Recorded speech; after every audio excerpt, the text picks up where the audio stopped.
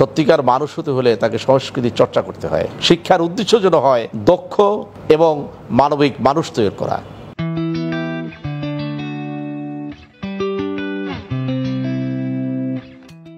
Prime ইউনিভার্সিটির ভারপ্রাপ্ত উপাচার্য প্রফেসর ডক্টর আব্দুর রহমান একজন বিশিষ্ট অর্থনীতিবিদ, কবি ও অধ্যাপক। শিক্ষক ও প্রশাসক হিসেবে দীর্ঘ ৩ দশকের কর্মজীবনে তার রয়েছে বর্ণাঢ্য ক্যারিয়ার।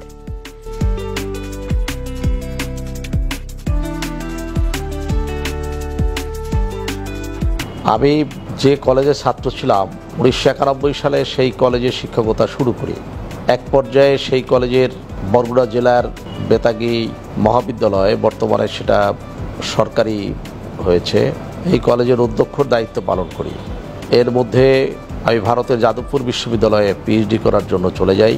7 বছর আমার পিএইচডির জন্য প্রয়োজন হয়। পিএইচডি শেষ করে আমি এসে অতীশ দীপঙ্কর বিজ্ঞান ও প্রযুক্তি বিশ্ববিদ্যালয়ের ব্যবসা প্রশাসন বিভাগের প্রধান হিসাবে দায়িত্ব পালন করি।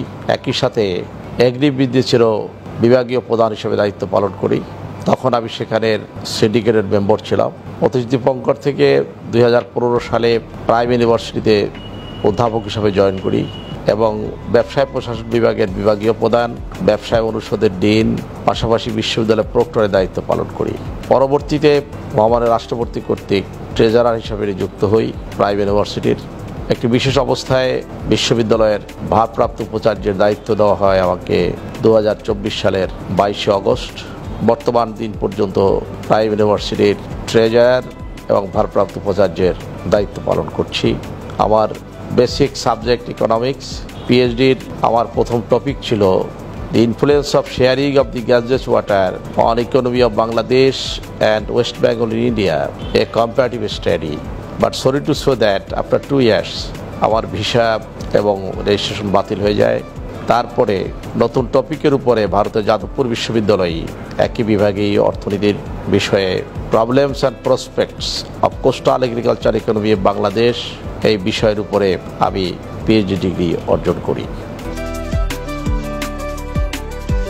শিক্ষকতার পাশাপাশি লেখালেখিতেও আগ্রহ রয়েছে তার। সব্যসাচীর মতো সবকিছু সফলতার সাথে এগিয়ে নিচ্ছেন তিনি। একজন বিশ্ববিদ্যালয় শিক্ষক হিসেবে গবেষণা অপরিহার্য। গবেষণাবিহীন একজন বিশ্ববিদ্যালয় শিক্ষক শিক্ষকতা জীবনে সে তার নিজস্ব আত্মতৃপ্তি এবং দেশ, জাতি এবং শিক্ষার্থী কিছু দিতে পারে না। আমি সেই গবেষণার সাথে চলতে গিয়ে বিভিন্ন পত্রপত্রিকায় নিয়মিতভাবে লিখছি আমার বিশ্ববিদ্যালয়ের শিক্ষকতার শুরু থেকেই। আর সাহিত্য সংস্কৃতি চর্চা বলছেন, মানুষ হিসেবে যিনি সংস্কৃতি চর্চা করেন না তার মানুষ হওয়া একটু কঠিন। আমি যে যথার্থ মানুষ হয়েছে কথা আমি বলবো না, এটা ধৃষ্টতা। মানুষ হওয়ার চেষ্টা করা, কারণ আমরা জন্মগ্রহণ করি মানুষ হয়ে, তারপরে তো মানুষ হতে হয়।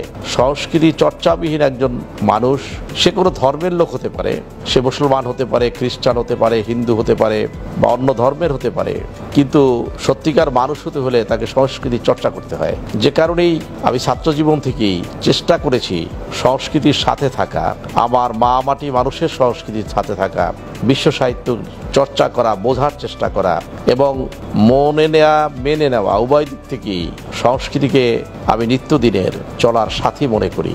আর আমার বেসিক সাবজেক্ট যেহেতু economics, economics is a social science, economics is a reflection of human society. তো হিউম্যান সোসাইটিকে বুঝতে হলে তো সাহিত্য সংস্কৃতিকে প্রথমত ধারণ করতে হয়। সময়ে 6 ঘন্টা 5 ঘন্টা ঘুমাইলিত হয়ে যায়, বাকি সময়টা পড়ালেখা, চিন্তা, ধ্যান, সাধনা, সাহিত্য সংস্কৃতির মধ্যে থাকাই তো একজন বিশ্ববিদ্যালয় শিক্ষকের কিংবা শিক্ষার্থীর। আমি এখনও নিজকে শিক্ষার্থী মনে করি, অর্থনীতির ছাত্রই মনে করি, প্রকৃতির ছাত্রই মনে করি। সেই হিসাবেই সংস্কৃতির চর্চা আমি আমার দায়িত্ববোধ থেকেই চালিয়ে যাচ্ছি। সময় কোনো সমস্যা হয় না আমার। দেশের শিক্ষা ব্যবস্থা নিয়ে তার রয়েছে নিজস্ব অভিমত। অত্যন্ত দুঃখজনক হলেও সত্য, স্বাধীনতার আজকে 54 বছর পরেও বাংলাদেশের শিক্ষানীতির ভীষণ ঠিক করা হয় নাই। ভীষণবিহীন কোনো শিক্ষানীতি যে সরকারই করুক, আগে তো ভীষণটা ঠিক করতে হবে। আমার জাতীয় শিক্ষানীতির ভীষণ কি, সেই ভীষণের আলোকে আমাকে তৈরি করতে হবে ভীষণ স্ট্র্যাটেজি। আমি প্রথমত বলবো এটা খুব দুঃখজনক, আজকেও শিক্ষানীতির ভীষণ ঠিক না হওয়া পর্যন্ত। আর সরকার পরিবর্তন হওয়ার সাথে সাথে শিক্ষানীতি পরিবর্তন হওয়া, এইটা আরেকটি দুঃখজনক। এটা কেন পরিবর্তন হয় তার কারণটা হচ্ছে যেহেতু ভীষণ ঠিক করা হয় নাই, যার যার মতোই সেটা করতে চান। যে কারণে শিক্ষার্থীদের কাছে প্রশ্ন করলে ইতিহাস বিষয়ে, বিশেষ করে আমাদের জাতীয় সংস্কৃতি সম্পর্কে ইতিহাস বিষয়ে প্রশ্ন করলে বলে কোন সরকারের আমলের ইতিহাস বলবো। এটা আসলে জাতির জন্য ভীষণ দুঃখজনক। আমি এক্ষেত্রে বলবো বর্তমান সরকারকে বলবো, এবং বর্তমান সরকার যেহেতু অনেক কমিশন করেছেন, যদিও নির্বাচনের পূর্বে তাদের সময় কম, অত্যন্ত একটি জাতীয় শিক্ষা কমিশন, জাতীয় শিক্ষানীতি প্রণয়নের জন্য একটি কমিশন করার জন্য আমি অন্তর্বর্তী সরকারের মাননীয় প্রধান উপদেষ্টা মহোদয়ের কাছে বিনীত অনুরোধ করব। এবং যদি তিনি না পারেন, ভবিষ্যতে যারা নির্বাচিত সরকার হবেন, একজন শিক্ষার্থী হিসাবে, শিক্ষাকর্মী হিসাবে আমার বিনীত অনুরোধ থাকবে, প্রথম জাতীয় সংসদের অধিবেশনে জাতীয় শিক্ষানীতি কমিশন প্রণয়নের জন্য যেন একটি শিক্ষা কমিশন গঠন করা হয়, এবং এই কমিশনের প্রথম কাজ যেন হয় আমাদের জাতীয় শিক্ষানীতির ভীষণ ঠিক করা। না হয় আমাদের শিক্ষার্থীরা এবং আমাদের জাতি ভবিষ্যতে সঠিক পথ নির্দেশনা পাবে না। তার হাত ধরে প্রাইম ইউনিভার্সিটিতে নেওয়া হয়েছে যুগোপযোগী সব উদ্যোগ। প্রাইম ইউনিভার্সিটির আসন্ন সমাবর্তন নিয়ে বেশ আশাবাদী তিনি। আমরা অত্যন্ত আনন্দিত। ইতোমধ্যে মহামান্য রাষ্ট্রপতি আমাদের মাননীয় ভাইস চ্যান্সেলর নিয়োগ করেছেন। আমরা আশা করতেছি স্বল্প সময়ের মধ্যে তিনি যোগদান করবেন, এবং স্টুডেন্টদের মধ্যে ব্যাপক উৎসাহ উদ্দীপনা সৃষ্টি হয়েছে। শিক্ষক কর্মকর্তা কর্মচারীদের মধ্যে ব্যাপক উৎসাহ উদ্দীপনা সৃষ্টি হয়েছে এই আমাদের তৃতীয় সমাবর্তন কার্যক্রম নিয়ে। আমরা সমাবর্তনের কার্যক্রম প্রায় গুছিয়ে নিয়ে এসেছি। উপাচার্য মহোদয় যোগদান করলেই আমরা সরকারের কাছে, শিক্ষা মন্ত্রণালয়ের কাছে, মহামান্য রাষ্ট্রপতির কাছে আমরা তারিখ চেয়েছি। আমরা তারিখ পেলেই আমরা সমাবর্তন শেষ করব, এবং এটার কার্যক্রমও চলছে। এবং বর্তমান শিক্ষার্থী এবং প্রাক্তন শিক্ষার্থীরা যারা এই সমাবর্তনের আওতায় আসবেন, তারা অত্যন্ত আনন্দিত, অত্যন্ত উৎফুল্ল, এবং সারা অত্যন্ত প্রশংসনীয়। তিনি মনে করেন শুধু সার্টিফিকেট নয়, শিক্ষার উদ্দেশ্য হওয়া উচিত আরও বিস্তৃত। আমি জাতির উদ্দেশ্যেই বলতে চাই, বিশ্ব মানব সভ্যতাকে উদ্দেশ্য করেই বলতে চাই, শিক্ষার উদ্দেশ্য হচ্ছে মূলত, শিক্ষার যত সংজ্ঞা আছে তার মধ্যে উত্তম সংজ্ঞা হচ্ছে education means the behavioural change. আমি স্নাতকদের উদ্দেশ্যে বলতে চাই, বর্তমান প্রযুক্তি নির্ভর শিক্ষা, আধুনিক শিক্ষা, আধুনিকতা মানে জীবনের বাঁক ফেরা। রবীন্দ্রনাথ ঠাকুর বলেছেন আধুনিকতা মানে জীবনের বাঁক ফেরা। জীবনের বাঁক ফেরা মানে সভ্যতার বাঁক ফেরা। আমরা প্রযুক্তির দিকে বাঁক ফিরেছি। এখন প্রযুক্তি যেন আমাদেরকে ক্রমে আমাদের মানবিকতা, আমাদের মনুষ্যত্ব, আমাদের মা মাটি মানুষের সংস্কৃতি এবং একজন শিক্ষার্থীকে যথার্থ মানুষ হিসাবে পরিণত করতে যেন প্রযুক্তি ক্রমে বাধা হয়ে না দাঁড়ায়। প্রযুক্তি পথ চলার সাথে সাথে একজন শিক্ষার্থীর সামনে যেন সত্যিকার অর্থে হিউম্যান ফেস সামনে থাকে। এইটাই আমার হচ্ছে মূলত বক্তব্য। শিক্ষার উদ্দেশ্য যেন হয় দক্ষ এবং মানবিক মানুষ তৈরি করা।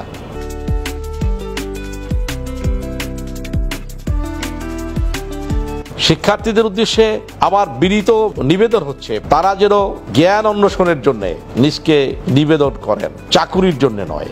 শিক্ষা মানুষকে জ্ঞান দেয়, জ্ঞান দেয় সচেতনতা, সচেতনতার বিপ্লব। এই বিপ্লব রাজনৈতিক বিপ্লব নয়, এই বিপ্লব হচ্ছে মনুষ্যত্ব জগতের বিপ্লব, মানবিক জগতের বিপ্লব। আমার প্রিয় প্রতিটি শিক্ষার্থীদের প্রতি আমার বিনীত অনুরোধ থাকবে, তারা এখানে শিক্ষা অর্জন করে, জ্ঞান অর্জন করে, সচেতনতা অর্জন করে তারা যেন বিশ্ব সভ্যতার একজন যোগ্য নাগরিক হিসাবে, মানবিক মর্যাদা সম্পন্ন নাগরিক হিসাবে নিজেদেরকে গড়ে তোলে, যাতে আমাদের আজকে বিশ্ব সভ্যতার যে সংকট রয়েছে এই সংকট দূরীকরণের জন্য যাতে তারা কার্যকরী ভূমিকা পালন করতে পারেন। ভবিষ্যতে প্রাইম ইউনিভার্সিটিকে একটি শ্রেষ্ঠ অবস্থানে দেখতে চান তিনি।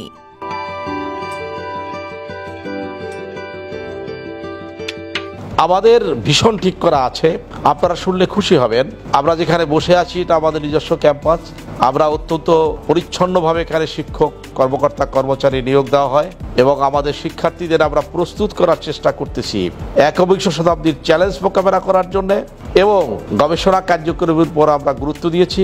আমরা আগামী 5 বছরের মধ্যে আমাদের বিশ্ববিদ্যালয়কে জাতীয় পর্যায়ে প্রথম শ্রেণীর বিশ্ববিদ্যালয় হিসেবে দেখতে চাই এবং এশিয়া মহাদেশের র্যাঙ্কিং এর মধ্যেও আমরা 10টি বিশ্ববিদ্যালয়ের মধ্যে একটি বিশ্ববিদ্যালয় হবে প্রাইম ইউনিভার্সিটি এবং বিশ্বের আন্তর্জাতিক মানের যে বিশ্ববিদ্যালয়গুলো রয়েছে আমরা তাদের সাথে কোলাবোরেশন করার চেষ্টা করছি এবং আমি এই প্রতিষ্ঠানের একজন সামান্য শিক্ষাকর্মী হিসাবে আমার প্রত্যাশা হচ্ছে আগামী 5 বছরের মধ্যে প্রাইম ইউনিভার্সিটি একটি আন্তর্জাতিক মানের গুণসম্পন্ন বিদ্যাপীঠে বিদ্যানিকেতনে মানস সরোবরে পরিণত হবে।